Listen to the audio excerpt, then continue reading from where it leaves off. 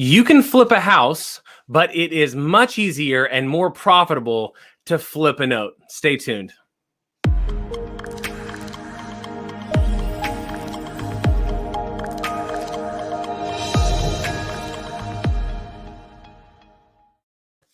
Well, welcome back to NoteSchool TV. It's great that you're back. We are here every Wednesday at 11 a.m. Central Time, so make sure you're joining us to engage and get the best content we could possibly put out every single week.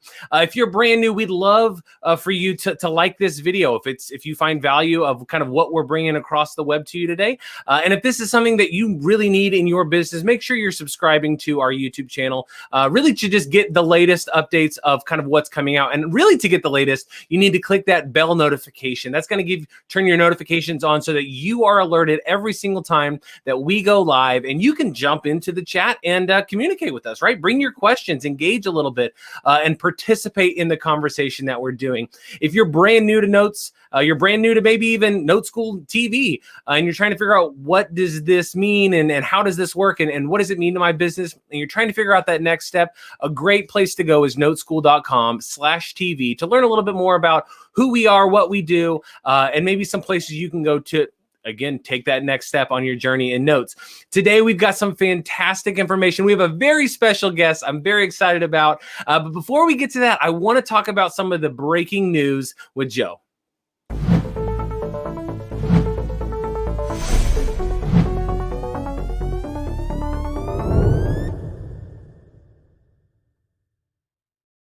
Door, and good morning, Brian. How are you, man? I'm good. In the words of a guy I talked to this week, what's kicking, chicken? What's kicking, chicken? Well, there's a lot going on. As we know, prices are still going up and inventory is going down.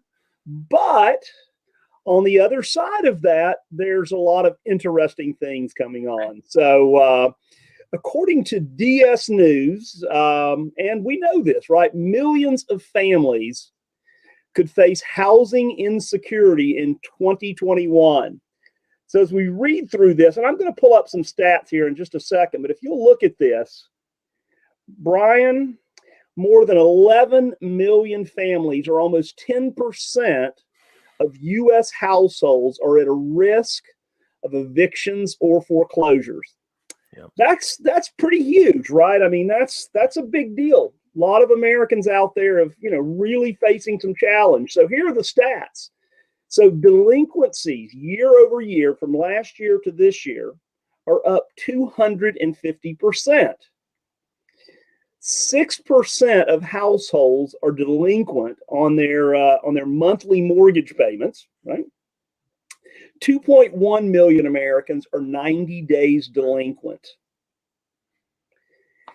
More homeowners are behind now than were behind in 2010, which was the top of the Great Recession, right? The what we call at NoteSchool, the crash in slow motion that lasted from like 2004 until it ended after 2010. And then 8.8 tenant households are behind on their rent. So these are some huge numbers. $90 billion in deferred PITI payments are delinquent.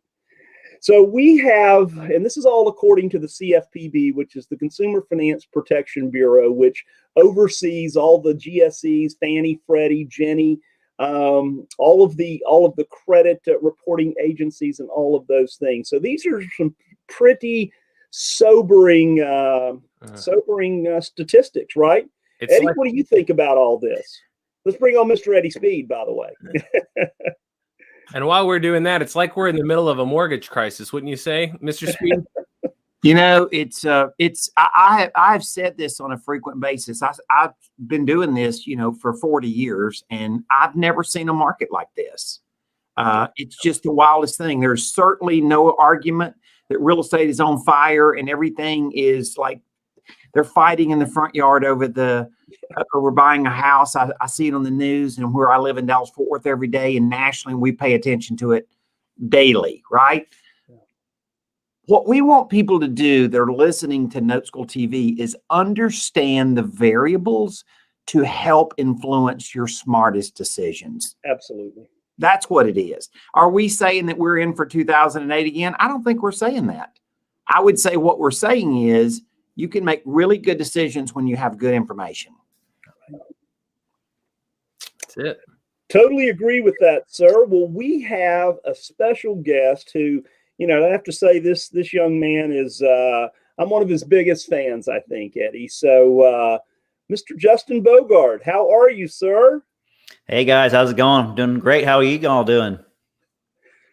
Great. We're wonderful, my friend. And, Eddie, Justin's going to get married here pretty quick after this pandemic thing goes over, and we're going to have and he'll be able to have a public type wedding, right, Justin? That would be the plan. Yeah.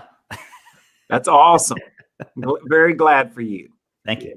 Very glad for you. Eddie, why don't you run through this with Justin, and let's talk about Justin for a little bit.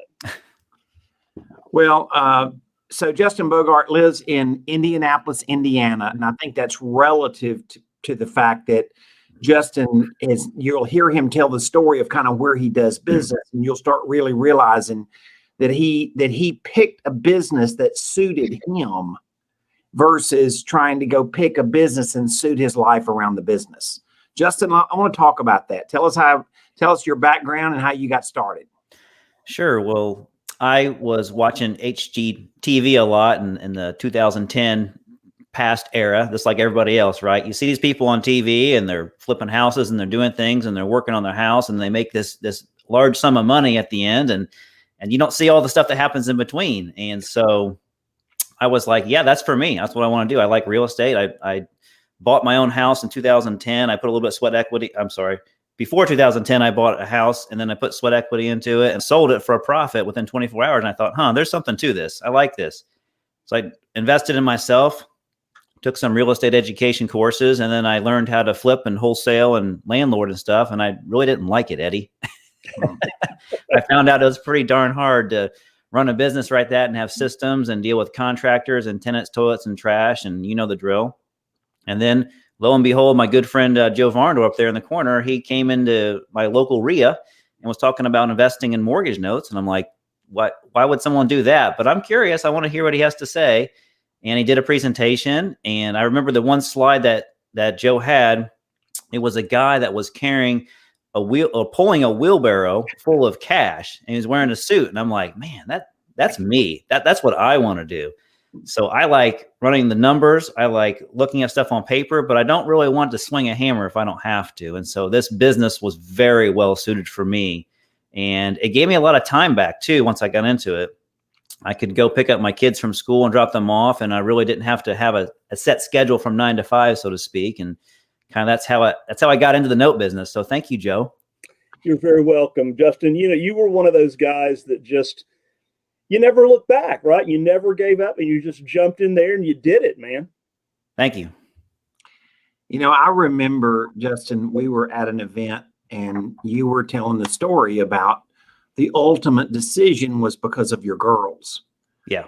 And the fact that you could do the business remotely, virtually, and you could pick your schedule and your format. And that way, as you said, you could pick up your girls from school and do all that stuff. And I think a lot of people find themselves in a situation. We want to be entrepreneurs, and then we find out that the job owns us. Yeah, exactly. When was that? When did you start with us? Let's see. 2016 is when I was a member of NoteSchool. You're a veteran now, dude. I'm seasoned. You got a doctorate's degree, don't you? I like that. I should put that on my email tag, right? All right. So this is a mystical business, right? Okay. It's kind of a mystical business. And we call it flipping a note. And so how do you do that? Like, what does that look like? How do you go find somebody that owns a note, and how do you get them to call you? That's a really good question. And so when I was in what's called traditional real estate, when I was wholesaling houses, I would send out direct mail campaigns to people that would have properties that were, need a lot of TLC, right? That could be desperate to sell. And so I did the similar thing in the model of note investing, to where I was looking for owners of properties that have carried back financing, all recorded with the county. And so I get a list of those names and send out a mail piece, usually a number 10 envelope with a letter inside, and said, hey, my name's Justin. I would like to buy your note. Did you know you could sell it? And so on and so forth. And you would get a call to action where they would pick up the phone and they would dial your number and you'd answer the phone. You'd kind of start the conversation from there. Yeah. Yeah. It's a cycle, right? And you use some attractive marketing, and we had tested this a lot. So the time you came along, gosh, I'd dropped 5 million pieces of mail, right? So I had some idea of how this was going to work. Right. And that was good. You didn't have to go test something there. So Joe, you got a slide deck there. Yep. Let's look at a real asset. There you go. How about a real asset there? So where was that, Justin? That's in Fort Wayne, Indiana. Fort Wayne, Indiana. And how far is that from you? That's probably about a 2 hour, 220-minute drive from Indianapolis. So I assume that you had to go down there and look at the house and do all that stuff, right? Oh, no, I didn't have to. You mean you did it virtually? I did. Actually, I don't even think I ever saw the house except for a picture online. And so that means that you could market to people in somewhere else in Indiana. You could market to people in Michigan. You could market to people in Arizona. You could market to people in Texas from your living room, so to speak. Exactly. From the station headquarters we see here on film, people. The world headquarters. World headquarters. That's right. Right. All right. So let's talk about this asset. So this property was seller financed and was sold. Mm-hmm. And the loan balance was $61,018. So that was the principal remaining plus interest at 6.5%. Payment is $561, and there were, let's just call it, Justin, about 13 and a half years worth of payments left, right? 164 months, right? People in the note business talk in terms of months, not years, because most of the notes are monthly pay and there's a number of payments remaining. So, but look, it was a good asset, wasn't it? Absolutely. Yeah. Very strong collateral value, and the balance was significantly lower than the value. So you got a lot of protection there.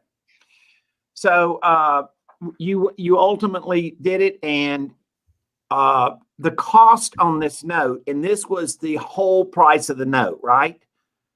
To buy the note as is. Yeah. So how did you, okay, so you got this note, you vetted it, you got some preliminary information. How in the world did you know how to go out and price it? Well, that's the thing. It's there's no pre-canned response to what the value of a note is. And there's so many different values to a note, as you guys know, with the interest rate, the terms, the paper it's written on, the borrower, the down payment. There's several factors that kind of give it its value. So there are some strong points to it, as you can tell, where the collateral is really strong. It's really high in value. There's other parts of this deal that are a little bit weaker. Interest rate could be a little bit better.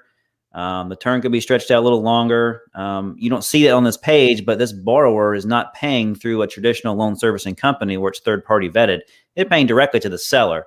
So you take them for what their word is worth. But if it was with a third-party seller, right, you could obviously vet the unpaid balance to where you know it's true and accurate. So there are just little nuances about this note that didn't give it its full value as far as someone wanting to pay $61,018 for it. Yeah, it's not the investment grade factor. This isn't banking level investment grade. Right. This isn't a Fannie Mae loan. There's not the documentation. It's not handled in such a manner. And so there's nothing wrong with it, but when you take it to the secondary market, it's going to be traded at a discount. Right. Absolutely. All right, so let's talk about that. There's old Eddie Speed doing this a long time ago. Eddie, I had to throw that one in there, dude. Oh, yeah.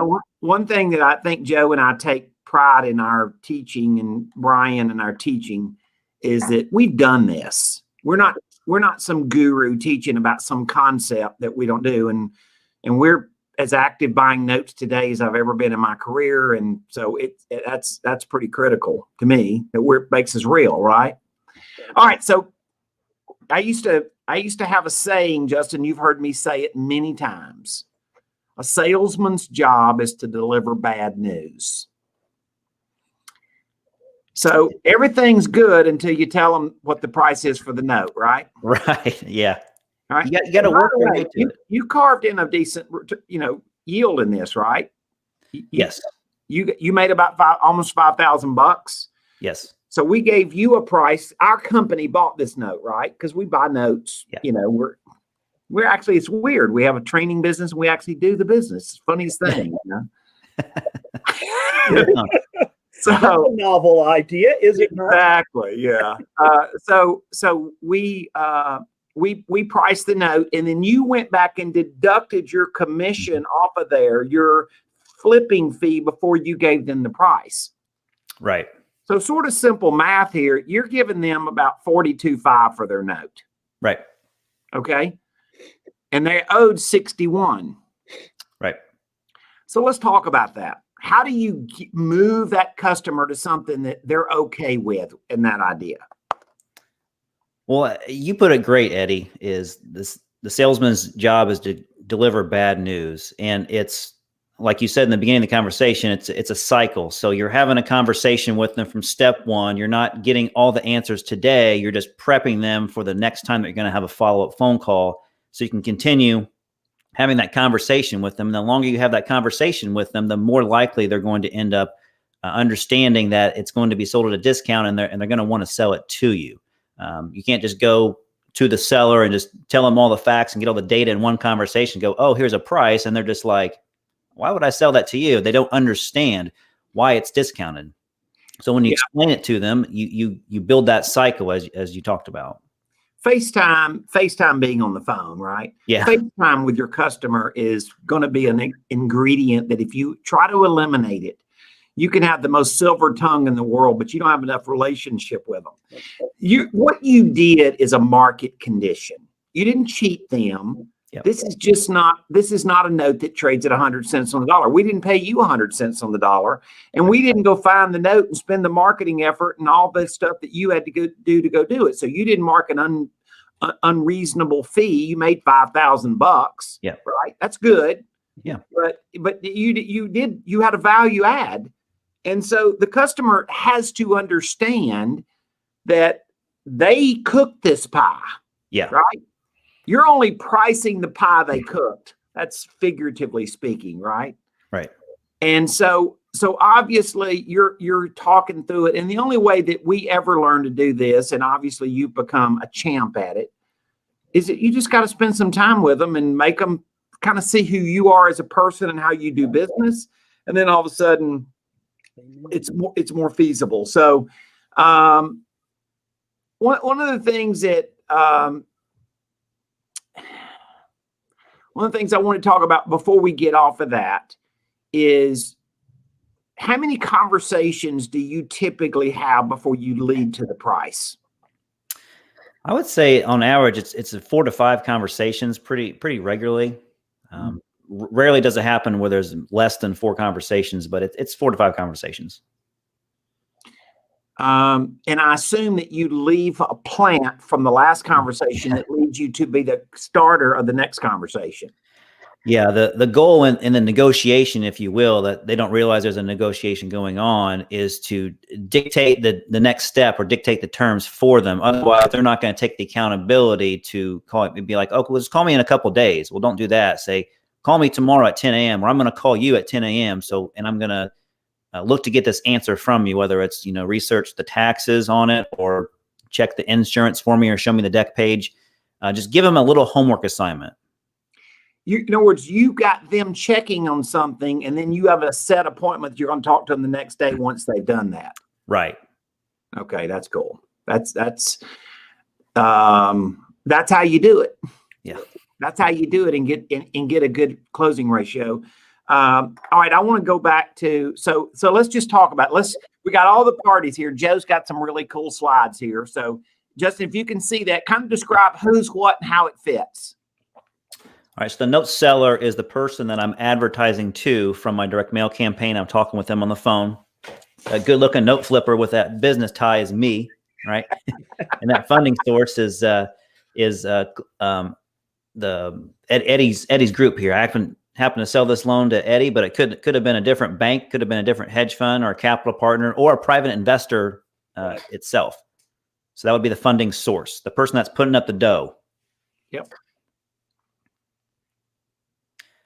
So conversations with the seller, this can happen two different ways. I could actually fund the deal and I could flip it to the funding source as well.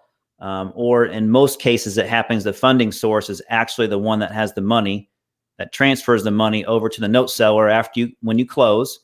And then the note seller gets their share. And then I also get a fee for what I worked in on the deal. So the funding source in this case sold it. They bought it for $47,500, and I negotiated with the seller of the note to $42,500. So obviously there's a $5,000 difference, and that's what comes to me from the funding source. So the funding source is paying $47,500. I'm getting $5,000, and the note seller is getting $42,500 in that case. You set your own salary. I'm sorry? You set your own salary. Yeah. Yeah, that's the ultimate in the entrepreneurial relationship, right? You have a trusted party on either side. You're not being unreasonable with them. Right. But you're saying, hey, I'm bringing value to the table. You know what you're going to sell it for before you have to price it. So you're not like blindly just throwing out a number. Right. And Joe, man, you laced it up here with that slide. Isn't that, well, that's just the way it is, right? Justin's got that big S on his chest. So, that's super Justin. Super Justin. That's like it. That. I'd have just start standing around. Justin, how many, you've done a couple of these in the past couple of years, hadn't you? Yeah. When I first started after 2016, that's primarily how I sourced my deals, was through direct mail. I don't do direct mail as much anymore, but that's was a part of me growing into what we'll call a master broker. Yeah, that's great. And you have turned into where you have a nest of investors. You don't just sell to us, right? But obviously we've got a good trusted relationship with you. And we when we're a fit, we get to buy. And when somebody else is a fit, you get to do business with them, Absolutely. I just wanted to, you are a good example of a real estate investor reinventing themselves, because you went into an excessively competitive market, flipping houses, right? Little did I know, right? Now you've entered an excessively not competitive market, because the truth be told, there's 100,000 seller finance notes created a year. And there's a few dozen guys like you in the business that are out there hammering it. And it's not any more crowded than that. Am I exaggerating? No, you're not. And that's how I explain to people what I do and why I'm in the note business, is exactly that reason. I go against the grain. When everyone is running this way, I'm going that way. And that's kind of how I've always been. Just internally, that's how I'm wired. And I like that. It's not really a lot of competition. It's more collaboration with other note investors that I know and that I partner with on deals as well. One last question. Yeah. What advice would you give somebody that's where you were in 2016? What would you tell them? I would say, well, a couple of things. I would say, stay disciplined, stay the course of what you want to do, and you'll get there. It's not something that gives you a success overnight. It's a longer play. But it's definitely a wealth building tool to where a lot of these deals that you have, it can turn into cash flowing investments for yourself in the future. So you just got to stay the course and just continue to move forward with it. And you'll eventually look back and realize, man, I got several notes in my portfolio now because of all this work that I've done. So yeah, you eat an elephant one bite at a time, right? Mm-hmm. And that's great advice. That's every entrepreneur endeavor starts out with somebody that stays focused on the course. Yeah. The success path is always going to lead to that. Yep. Joe, what you got there, Captain? Well, Justin, I'm sure people are kind of wondering and saying, Justin, how many deals have you done in the last couple of years? I want to say over 80. Yeah. Over 80, yeah. Over 80 deals like this, and you made kind of an average of what? I think when we did the math, it was somewhere close to $4,000 a deal. We'll call it a fee income transaction. Yeah. Well, Eddie, I think that dog will hunt, right? Well, the other thing that I happen to know is that you have also stayed focused on not just flipping notes. Yeah. Right. Your note flipping business has allowed you to become an investor. So you also have a portfolio. Yep. Right. So it's like you're not just flipping notes, but your note flipping business has created the environment where you can go add these other dimensions to it. Absolutely. We'll call it seed money so I can build a crop. That's great. All right, Joe, take us home here, Pat. All right. So good job, Justin. Thanks so much. You've been that guy, right? And Justin was in a market with a lot of fix and flippers, right? A lot of wholesalers, right? And now you're one of those guys that they look up to in your market, and you always looked up to them, right? Yeah. Kind of weird how the tables turned. Isn't that funny? Yeah. Good job, man. We're proud of you, dude. Very proud of you. Absolutely. So, Justin, hang out with us, and we're going to have a little after party here when we get done. But right now, we're going to bring Mr. Brian Locker back on, and he's going to tell us about Feeding Frenzy Friday.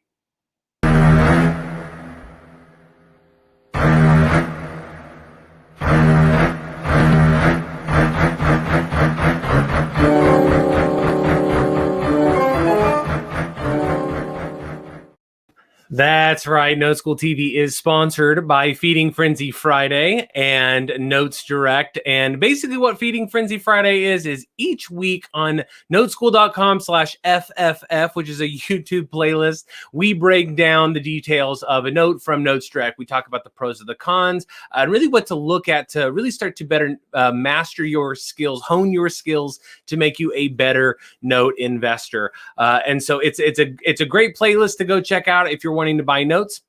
And even kind of like Justin's done, kind of transform your business a little bit at a time. In fact, next week, we're going to be hosting Mr. Ben Hott, who is NoteSchool's own. And he's going to be talking about his Hammelmeyer model, which is all about becoming a master broker, which is something that Justin kind of threw out as a nugget. And so if you're wanting to see how to start and then really grow into a really solid investment business, don't miss next week when we are live Wednesday at 11 a.m. Central, just like every single Wednesday. Again, if this was a great video for you, you got some value out of this, please like the video. It does a lot for us. Make sure you're subscribing to the channel. And then again, if you want to participate like so many people did in the comments I see over here, make sure you're clicking that bell notification so that you can engage with us. Type your questions, say whatever you feel like you need to say, right? And kind of get engaged in the conversation. Right now, if you're somebody who, you're trying to figure out what that next step is for you outside of just joining us here on NoteSchool TV, another thing you could do to learn a little bit about notes and NoteSchool, you can go to noteschool.com/TV to learn a little bit more about who we are. And then if you're somebody who you want help right now, you have this burning desire to succeed in real estate, you've got something you need solved, or maybe you just need help with some sort of specific situation and you need some action right now, I would encourage you to go to noteschool.com. And then simply click on the tab that says contact us. It's a way to get engaged with us and say, hey, I need to speak with somebody about these issues or my next step or whatever that is for you. That's just a place that you can go right away to get some help. We are going to be having an after party, which is basically stick around. We're going to get engaged a little bit more with Justin, talk about some of the questions that people have brought up on the question board, and just have a little bit more fun. So if you can stick around, that'd be great. If not, we'll plan on seeing you next week at 11 a.m. Central.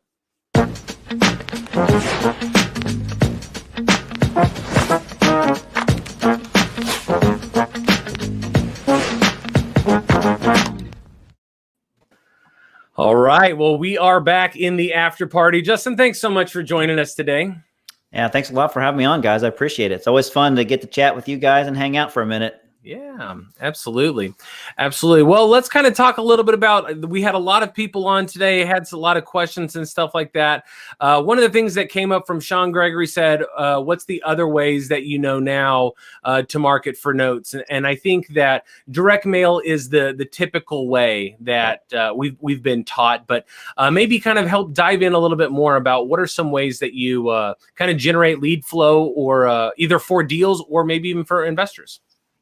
Yeah, that's a great question. And direct mail obviously is one way to do it. The other way to do it is you really need to build relationships with either capital sources, hedge funds, banks, whoever has paper or has funds that goes after paper is another great way to find those sources of loans. And then be the guy in your local market or the gal in your local market that stands up and says, hey, I buy notes. Who has land contracts or note and mortgages that they want to sell? I can buy those from you. And so that's a one way I do it as well as my local RIA club. I'm one of the few people that buys loans. And so I have that opportunity to stand up once a month and talk about that. So those are kind of the quick and easy places. There are exchanges online or different places you can go to buy loans and stuff. And that's another source that we've looked at as well. But there's nothing better than the seller finance loan that you can find from doing direct mail or just from your local area, because those are always the best deals, Brian. Yeah, I like that. And I think that, Eddie, you're somebody who's been doing this for 40 years. When you started, what were some of the things that helped position you as the subject matter expert on notes in the markets you were doing deals in? It's funny because Justin, and I'm very familiar with his path. In fact, Justin and I are mutually good friends with a lot of his good clients because they like the fact that he really helps them, the real estate investor, construct good notes so they can get a good price, which is what I really did for home investors back in the 90s, right? And so in the 90s, we were using, I stumbled into figuring out how to do direct mail in 1982, right? So we had tried it a good bit and stuff, but then I really started realizing if I could become, I used to call it, Justin, you remember this? I used to call it being a third base coach. Yep. Right. If I could help somebody make a good note, then I became the reliable source naturally to become their exit to go recapitalize, sell the note and start over again. And there's many different ways you could configure that, but really that's the idea. And you do have a sterling reputation in your market with real estate investors that you are the guy. Now, the fear is somebody says, well, I'm not the guy today. I hadn't start. Okay, well, then isn't it true, though, Justin, that you really started with more like a direct mail campaign? And as you learn more, then you could start building rapport where you didn't have to drop as much mail to go find business. Absolutely. I could find the deals through the techniques that I learned, from you guys at NoteSchool. But then it was also working with investors and trying to raise capital and explaining my story and then buying notes for my own self and showing like, this is what I do. Like I buy non-performing and performing loans. And these are the case studies I have. Like I don't have $1 million behind me, but how do I get, to the point to where I can start getting more stuff? And so it's just working with investors. So I'm always raising capital, talking with investors, and I'm always looking for deals because I want to have that deal flow and I want to have that cash flow too coming in. So I can work it both ways. Sorry, I was going to say, and Justin, one of the other things, so the two things really that people look at when they get into the business is, okay, how do I find inventory? And then the second is building up an investor network, right? And you started a little meetup with just a couple of people. And then, matter of fact, I spoke at your meetup once and in the beginning. Mm-hmm. And so you were able to tell us a little bit about that, about how how that worked out. Well, it's the unknown, right? You don't really know how it's going to work because there's no written manual or step-by-step procedure in front of you that shows you how to do this stuff. It's trial and error, and it's you cannot be afraid to step out and to find out what's going to happen. So I started a meetup with no money involved, right? Just going on to different websites and saying, hey, we're getting together, talking about notes. And, 2 or 3 people showed up for the very first meeting. And so it's kind of discouraging at first, but then you just have to understand you got to stay the course. It's like if you have a business and you use social media, you can't just have 1 or 2 social media posts and expect to get a following. You have to have a consistency and a trail of social media posts on and on and on and on for several months or even a year before you finally get a following. So it's the same thing with your meetup and anything else you do as an entrepreneur. You have to stay the course and be disciplined. And slowly it's a snowball, it just builds and builds and builds and get bigger and bigger and bigger. And because there's not a lot of people doing this in the note space, especially, it's easy for me to brand myself as the note guy. So I've been very fortunate that there's not a lot of, it's not crowded in this space right now. So it's been easier for me to develop a following. And I think we have over 1,000 followers for our meetup now. Wow. That's awesome. Yeah. And especially in times like this, you know, we've said several times on the show that a lot of investors, especially a lot of landlords in the last 12 months or so, are looking for ways to get similar returns or maybe even keep their return on investment. But how do we take a lot of risk off of the table, right? And simply by presenting the solution of, hey, I can show you how to be the bank and own a note. You don't have tenants or toilets. Like the messaging is working really well right now. And so it's just kind of a very primed market to start the conversation, if that's for those of you who are on the show right now, trying to figure out if this is for you or not. If you're somebody who's wanting to dive in and you're tired of competing with the HDTV, environment, it sometimes can be a great fit. There's not going to be an HGTV show on note flipping, I don't think. It could be. There could be. It's just not as sexy Maybe as knocking down will walls. do it. Justin will do that, Brian. There you go. And my resume, my video resume, and everything. Yeah. I love it. You know what? It's a quiet giant. Is how Yes. I see it. Yeah, exactly. And in the meantime, before everybody else in the world finds out of it because of an HGTV show that comes up, you might as well just keep going, Justin, and making as much as you can while it's still a quiet giant. So a couple other things that people saying, obviously lots of people, William says, congrats. Micah, I know, pointed out that he wished he would have learned this 10 years ago. Obviously, you know, once you learn it, it is quite interesting to see how it can start to replace a lot of the traditional real estate strategies and still not have to give up anything. And so, yeah, it's a pretty big deal. And then obviously we've got a super job here and more appreciation for being on the show for sure. Thank you. Yeah. I'd say go ahead, Joe. I was just going to say, let me throw one more aspect into this. And so, guys, here's the thing. You know, Justin, you were doing a lot of, flipping, right? Making one-time money. And now what you're doing is you may flip 4 and keep 1 to build long-term wealth, right? Absolutely. Or 2, right? Eddie, you can talk about that, man. Well, when Justin started with us, I gave him anybody that comes through the system, I gave him a very clear path to say, look, I don't want you just to make transactional income. I'm not the giant fan of somebody just flipping houses because there's no wealth in it. Right.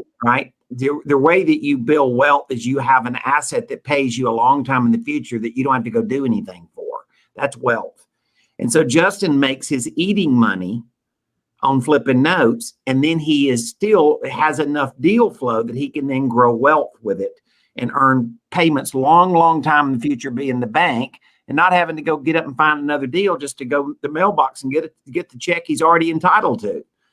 And that's just a smart application right there. He just did a great job of applying.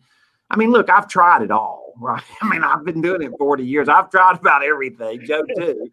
And the truth of the matter is, it just does your heart good to see some guy that now has a family situation that's awesome because he's built a business that fits his family.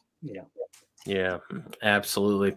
Well, that is so great. Well, we're going to kind of wrap up NoteSchool TV for this week. I did see Samed said, how did you learn what you know? Did you take the NoteSchool classes? I know you had mentioned a couple of times that you did, and I was just going to simply state that probably if you're trying to figure out maybe the next step for you, how to get involved with some of the classes that we teach, just simply go to noteschool.com/TV. And that's a great place to get plugged in and learn a little bit more about the classes that we teach. But Justin, if you wanted to say anything, feel free, but that's, kind of what he had mentioned. Absolutely. Yeah, I did get my training from NoteSchool, from Eddie and Joe and the other educators on your team. And the concepts that they teach are what I put in real life applications. So you talk about partials, you talk about arbitrage, you talk about raising private money. There's so many things you can do in the note business. It's not just about flipping. It's just what I chose to start off with to build a business out of it. Like Eddie said, I have to eat, right? I got to make a little bit of money. So I have to have transactional money. And then I want retirement money. So I have to grow my wealth. So that's what I do. I learn other techniques to build my wealth long-term. So I don't have to rely on transactional money every single month.